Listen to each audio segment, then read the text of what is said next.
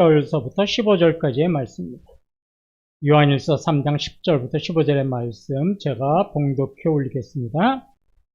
이러므로 하나님의 자녀들과 마귀의 자녀들이 드러나나니 무릇 의를 행하지 아니하는 자나 또는 그 형제를 사랑하지 아니하는 자는 하나님께 속하지 아니하였느니라. 우리는 서로 사랑할지니 이는 너희가 처음부터 들은 소식이라.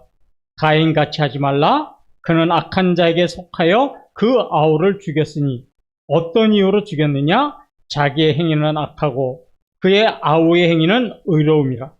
형제들아, 세상이 너희를 미워하여도 이상히 여기지 말라. 우리는 형제를 사랑함으로 사망에서 옮겨 생명으로 들어간 줄을 알거니와 사랑하지 아니하는 자는 사망에 머물러 있느니라. 그 형제를 미워하는 자마다 살인하는 자니 살인하는 자마다 영생이 그 속에 거하지 아니하는 것을 너희가 아는 바라. 아멘.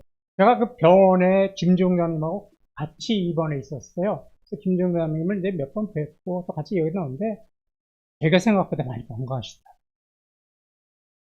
그리고 그 장로님 말씀하신 것 중에서 기억나는 게 뭐냐면 몸이 아프고 또 막 이제 몸이 아프면 여러 가지 막 불안한 생각들 있잖아요. 그럴 때 이 장로님께서 성경을 쓰시더라. 성경을 필사하세요. 1시간, 2시간씩. 아, 대단하세요. 그러면서 하시는 말씀이, 목사님, 성경을 제가 이렇게 집중해서 쓰는 시간은 아무 생각도 안 됩니다. 오직 하나님의 모든 것을 맡기는 시간이 된다고 이야기하시더라고요. 주인 걱정 많으신 분들 한번 성경 써보세요. 완전히 저 앞에 맡기는 시간 되시고, 하나님께서 축복하시는 시간이 되시기를 믿습니다. 성경을 보면요, 이웃을 사랑하라, 형제를 사랑하라는 말씀이 참 많이 나옵니다. 지금 우리가 계속 보고 있는 요한일서에도요, 사랑이라는 단어가 유독히 많이 나와요. 그러면 왜 성경에는 이웃을 사랑하라, 형제를 사랑하라는 말씀이 왜 이렇게 자주 나올까요? 그리스도인들이 실패하는 가장 큰 부분이 뭐냐면 이웃을 사랑하고 형제를 사랑하는 것.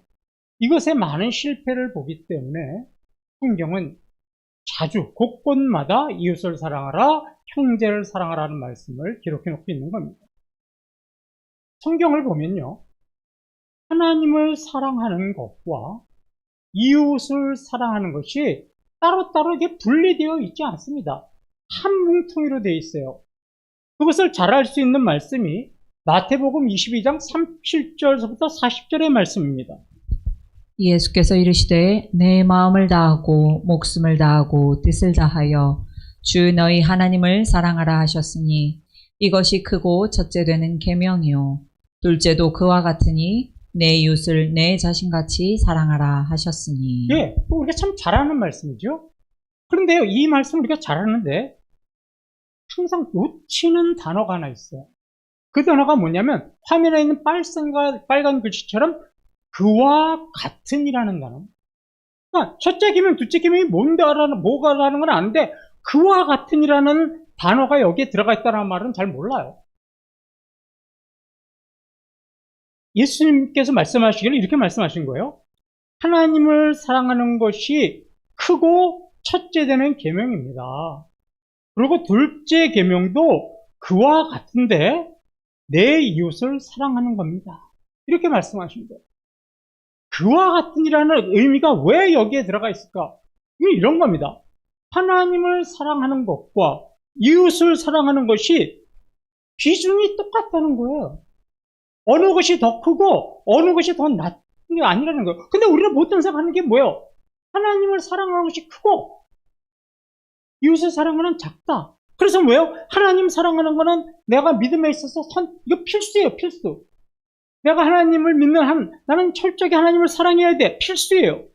그런데 이웃을 사랑하고 형제를 사랑하는 것은 선택이에요, 선택. 해도 되고 안 해도 되고. 사도 요한은요, 이런 신앙이 올바른 신앙이 아니라는 것을 오늘 저희가 읽은 요한일서 3장 10절부터 15절에서 말씀하고 있습니다. 그 대표적인 말씀을 보면 여러분 성경을 보시면 알아요. 10절 하반절을 보면 이렇게 나옵니다. 그 형제를 사랑하지 않는 자는 하나님께 속하지 아니하였다. 또 14절 하반절에도 사랑하지 아니하는 자는 사망에 머물러 있느니라.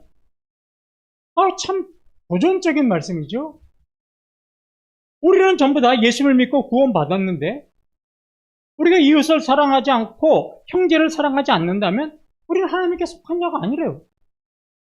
사망에 머물러 있는 자래요. 지지난주부터 계속 사도행전은 도전적이죠. 뭐요? 하나님의 자녀는 죄짓지 않는다. 우린 죄짓고 있는데 계속 우리에게 경종을 주는 도전적인 말씀을 하고 있어요.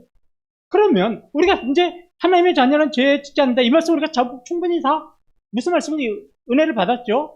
이번에는 오늘 이 말씀이 무슨 의미일까? 그러면 우리 전부는 형제를 사랑하고 이웃을 사랑하지 않으니까 우리 구원받지 않은 건가?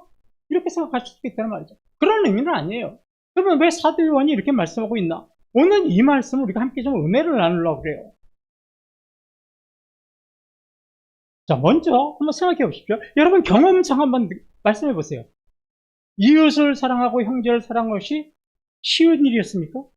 그냥 쉬웠어요? 밥 먹는 것보다 쉬웠어요? 형제 사랑하기를? 참 쉽지 않아요. 형제 사랑, 이웃 사랑. 근데 물론 우리가 왜 형제를 사랑하지 못할까? 이웃을 사랑하지 못할까? 여러 가지 이유가 있겠죠.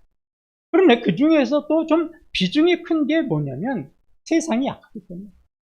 악한 세상에서 형제를 사랑하고 이웃을 사랑하는 것은 쉬운 일이 아닙니다. 하나님께서 세상을 창조하신 후에 아담과 하와가 에덴 동산에서 죄를 짓지요. 그러므로 말미암아 이 세상에 죄가 들어왔습니다. 그로부터 시작해서 이 세상은 마귀가 지배하는 세상이 시작됐죠. 이 마귀가 지배하는 세상에 지금부터 약 2000여 년 전에 예수님께서 육신의 몸으로 오셨습니다. 베들레헴의 작은 마곡간에서 육신의 몸으로 태어나셨어요. 자, 예수님이 이 땅에 오심으로 무엇이 시작됐냐면 하나님의 나라가 시작됐어요. 그런데 예수님이 왕궁에서 태어나신 것이 아니라 작은 베들레헴의 마곡간에 태어나신 이 모습처럼 하나님 나라는 이 악한 세상에서 아주 작고 미약하기 시작했습니다. 예를 들면 이런 거예요. 아주 넓은 밭이 있습니다. 넓은 밭에 밭이 씹혀 있어요. 근데 제가 한 가지 여쭤볼게요. 시골에 사시는 분들 대답해 주세요. 팥을 뭐라고 불러요? 팥나무라고 불러도 되는 거예요? 아니에요? 뭐라고 불러야 돼요? 예? 팥을 뭐라고 불러요? 이렇게 팥이 자라는 여러분 다 똑같네요. 그냥 나무라고 합시다.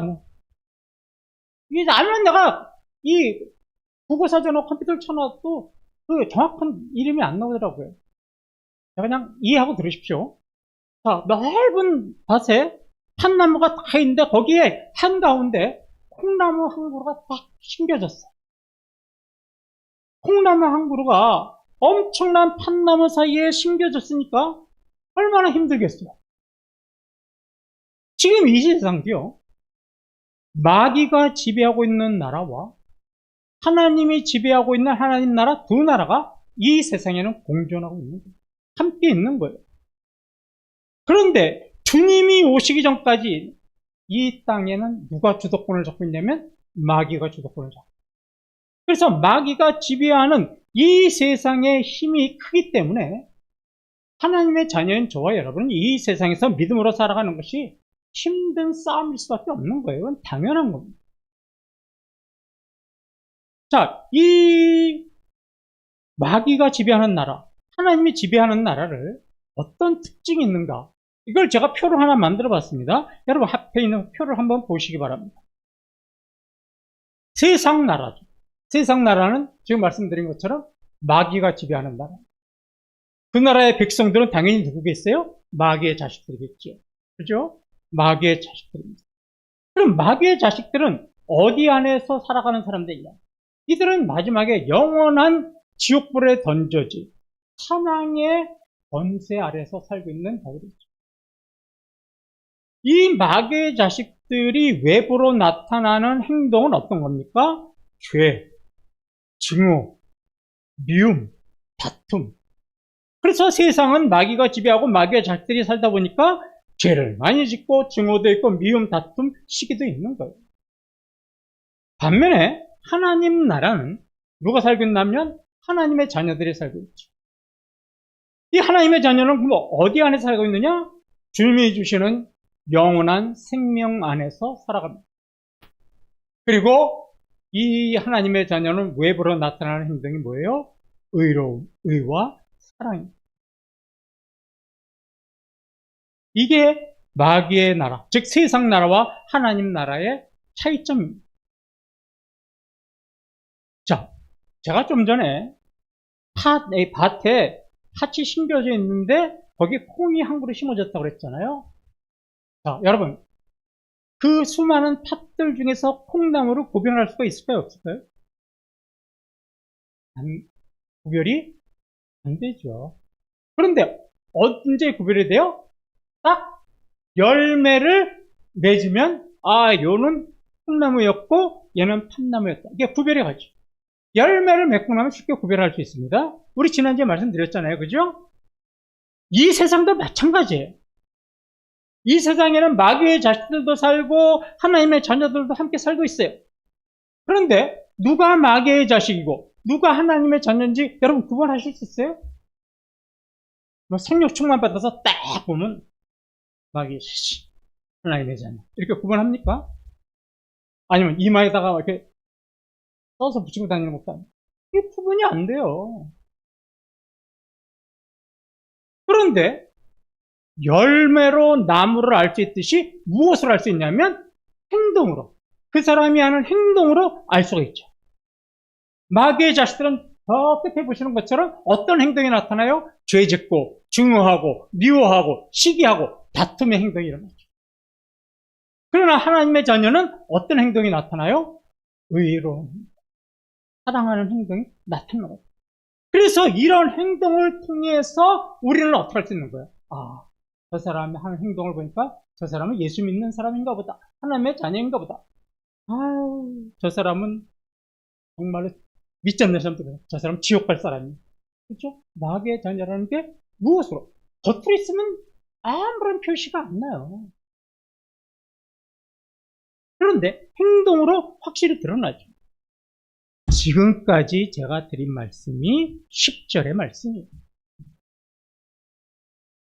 이러므로 하나님의 자녀들과 마귀의 자녀들이 드러나나니 무릇 의를 행하지 아니하는 자나 또는 그 형제를 사랑하지 아니하는 자는 하나님께 속하지 아니하니라. 예. 자, 10절이 무슨 단어로 시작합니까? 이러므로는 말은 이렇게 바꾸시면 돼요. 열매를 맺음으로. 행동을 함으로.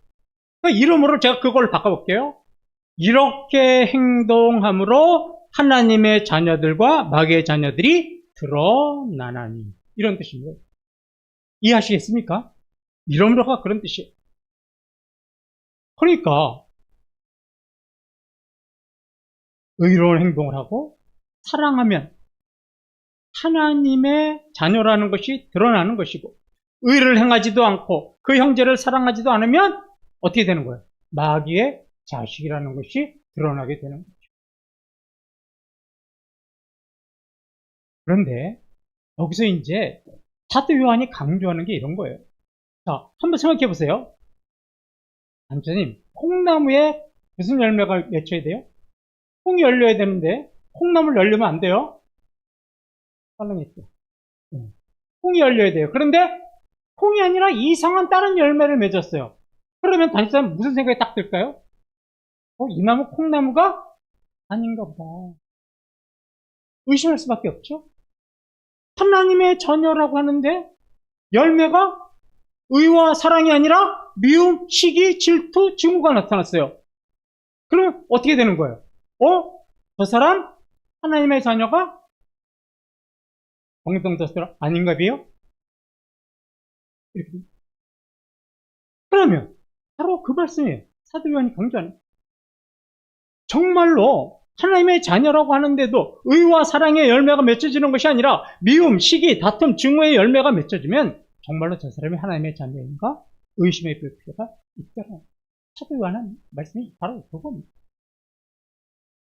이 아까 도표에서 보셨던 이 두 나라의 모습을 이제는 사도 요한이 예를 하나 들어요. 그 예가 누구냐면 가인과 아벨의 사건이죠. 11절 말씀을 한번 보도록 하겠습니다. 가인같이 하지 말라.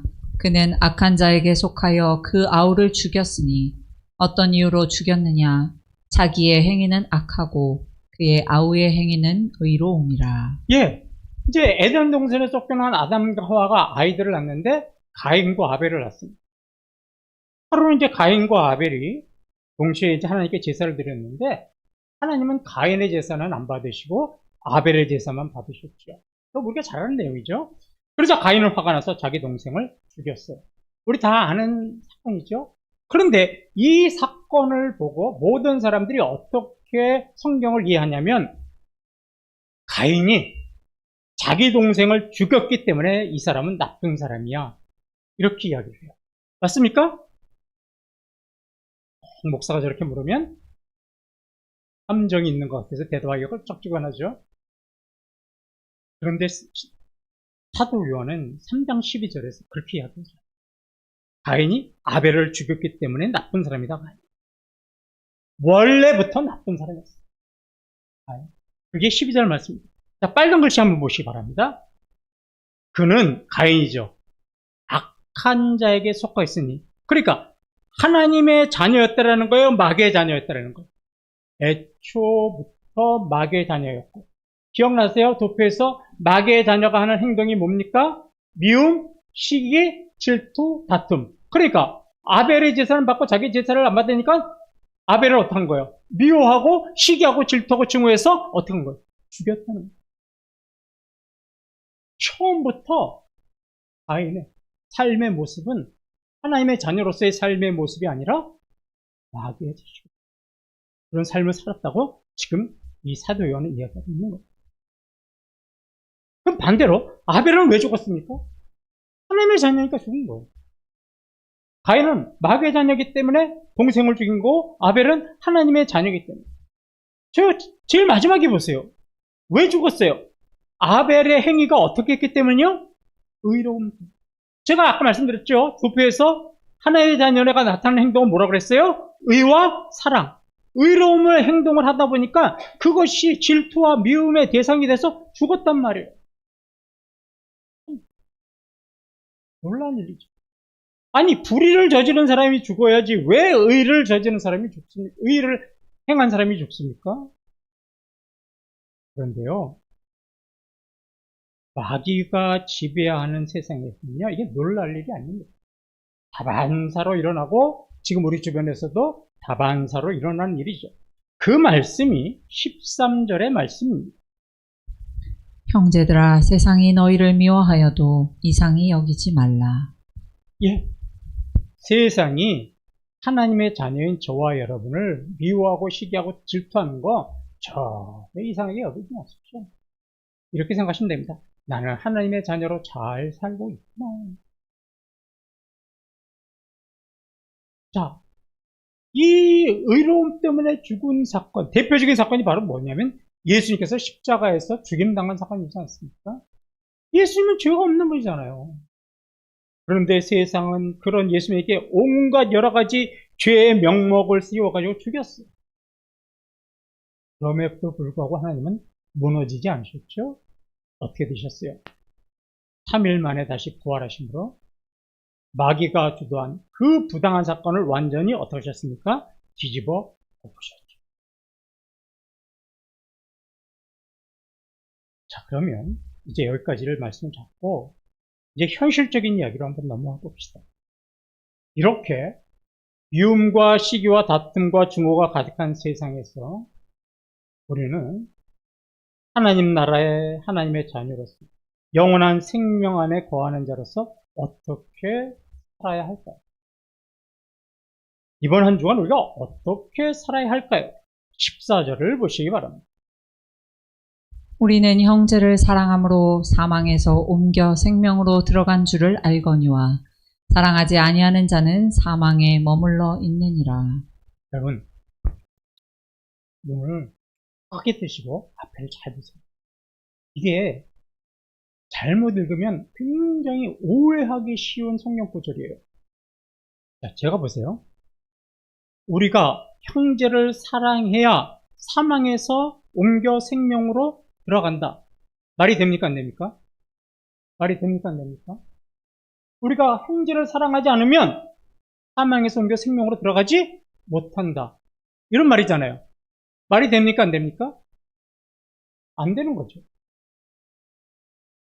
사망에서 생명으로 옮겨지는 것은 예수를 믿음으로 인해서 옮겨지는 거지, 형제를 사랑해서 옮겨지면 그거는 뭐야? 행위구원이잖아요. 행위구원. 이게 그런 뜻이 아니에요. 근데 이 읽은 그냥 스쳐 지나가다 보니까 그렇게 생각하는 사람들이 많아요.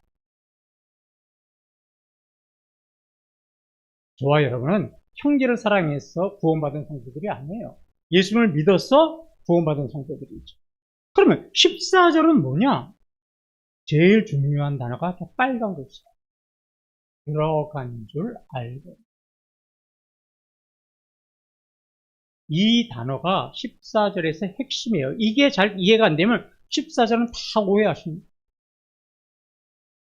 이 말씀은 이런 뜻이에요. 예수를 믿고 사망에서 벗어나 영원한 생명으로 내가 들어가게 되었다는 것을 알게 된다. 이런 뜻이에요. 아직까지도 이해가 잘 안 되시니까 제가 좀 예를 하나 들어드릴게요. A라는 사람이 있어요. A라는 사람이 있는데 이 사람은 노상 이웃을 시기하고 질투해요. 늘 이웃을 모함해요. 이웃이 잘 되는 거 보면 배가 아파서 견디질 못해요. 이런 사람이 있었어요. 근데 이 사람이 예수를 믿고 나서 변화됐어요. 그래서 이전과는 다르게 이제는 이웃을 모함하고 시기하는 것이 아니라 이웃을 배려해요. 이웃도 사랑해요. 그리고 남들이 잘 됐다 그러면 축복해주고 칭찬해줘. 자, 이렇게 변화됐어요. 삶의 모습이. 자, 이렇게 변화된 모습을 통해서 본인 스스로가 깨닫는 게 뭐냐면, 야, 나 많이 변했구나. 내가 예수를 믿고 나서 참 많이 변했네. 그러면 나도 성경의 말씀대로 이제 영원한 생명에 들어갔구나. 이것을 어떻게 된다고요? 알게 된다라는 거예요. 이웃 사람들도 마찬가지죠. 맨날 못된 일만 해서 그 사람을 피해 다니던 사람이 이렇게 변했어요. 그럼 뭐라 그래요? 저 사람 예수 믿더니 많이 달라졌네? 그러면서 이 사람이 예수를 믿어서 사망에서 생명으로 옮겨진 사람이라는 것을 어떻게 된다고요? 알게 된다. 예를 들면 이런 뜻이에요. 14절. 그렇게 된다는 것이 아니라 우리가 인식하게 되고 이웃들도 인식하게 된다는 거예요.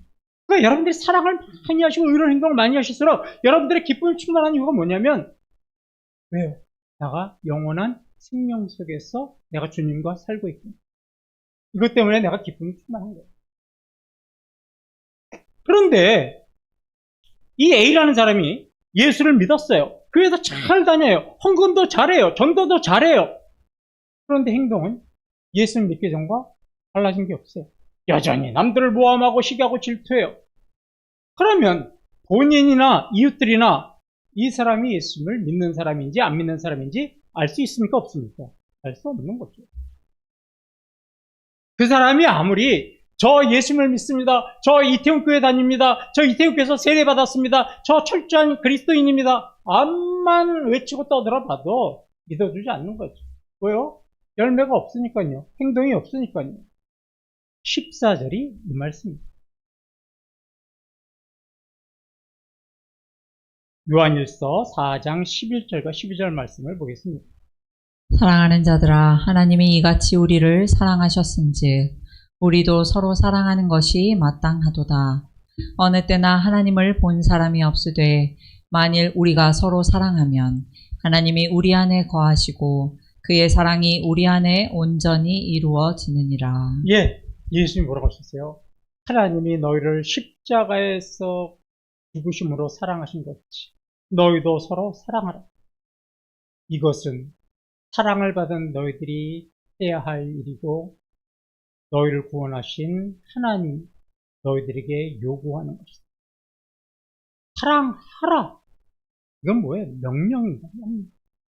구원받은 자라면 사랑해도 되고 안 해도 된다는 것이 아니라 사랑하라. 이것이 주님의 요구요, 명령입니다. 그래서 우리가 서로 사랑할 때 뭐라 그래요? 뒤에 하변번에 나오듯이 우리가 주님 안에 거하게 되는 거고 우리는 사망에서 영원한 생명으로 옮겨진 것을 스스로가 확신할 수 있게 되는 거예요.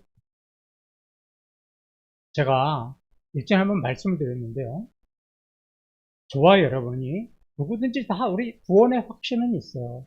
제가 지금 여러분들에게 여러분 예수 그리스도를 믿고 구원받고 천국 가신 줄로 믿습니까? 그럼 전부 다 여러분들 아멘 그러실 거예요. 여기에 있는 누구 어떤 분들도 다 구원의 확신이 있습니다. 그런데 거기에 머물러만 합니다. 구원의 확신이 우리 신앙의 최종 목적지가 아니라 어디까지 가야 되냐면 구원의 확증까지 가야 돼요. 확증이라는 말이 뭐냐면 증거가 되어야 된다는 말이에요. 내가 예수 그리스도를 믿고 구원받고 천국 가는 나는 하나님의 자녀입니다. 이것을 확신한다면 여러분의 삶의 모습에서 그런 여러분들이 확신하는 모습이 증거로 나타나는 단계까지 가야 최종 단계까지 간 거예요. 그런데 많은 그리스도인들이 구원의 확신에만 머물러 있어요. 그러니까 문제가 되는 거죠. 우리가 하나님의 자녀가 되었다면 사망에서 영원한 생명으로 옮겨진 사람들이라면 의와 사랑의 열매가 행동이 우리의 삶 속에서 드러나야 되는 거예요. 말씀을 마무리하죠. 과수원 주인이 왜 나무를 심을까요? 당연히 열매를 맺기 위해서죠. 주님이 왜 저와 여러분을 구원하셨습니까? 저와 여러분이 의와 사랑의 열매를 맺게 하시려고 구원하십니다. 그래서 우리는요, 우리 삶 속에서 의, 형제사랑, 이웃사랑의 열매를 맺어야 되는 거예요. 그 자리까지 가야 되는 거예요. 그럼에도 불구하고 안타까운 게 뭐냐면 많은 성도들이 믿음은 강조를 해요. 그런데 사랑에는 관심조차 없어요. 그런데 이렇게 믿음을 강조하는 성도들의 신앙생활을 자세히 보면요, 대부분이 자기 중심적인 신앙생활이에요. 어떤 게 자기 중심생활이냐? 남들이 어떻게 됐는지 내가 열심히 믿고 내가 열심히 기도하고 내가 열심히 헌금하고 헌신해서 하나님에게 복을 받고 그래서 내 소원이 이루어지면 그 복 받고 내 소원이 이루어진 그 모양대로 나는 이 땅에서 행복하게 살아야지. 이게 자기 중심적 신앙생활. 거의 99%의 성도가 거의 이런 모습으로 살아요. 그건 하나님이 원하시는 신앙이 아닙니다. 구원의 조건은 믿음이지만 구원의 열매는 형제사랑, 이웃사랑, 의로운 행동입니다. 이 열매가 맺히지 않으면 사도에 뭐라고 해요? 사망에 거하고 있는 모습, 하나님께 속하지 않은 모습과 다를 것이 없습니다.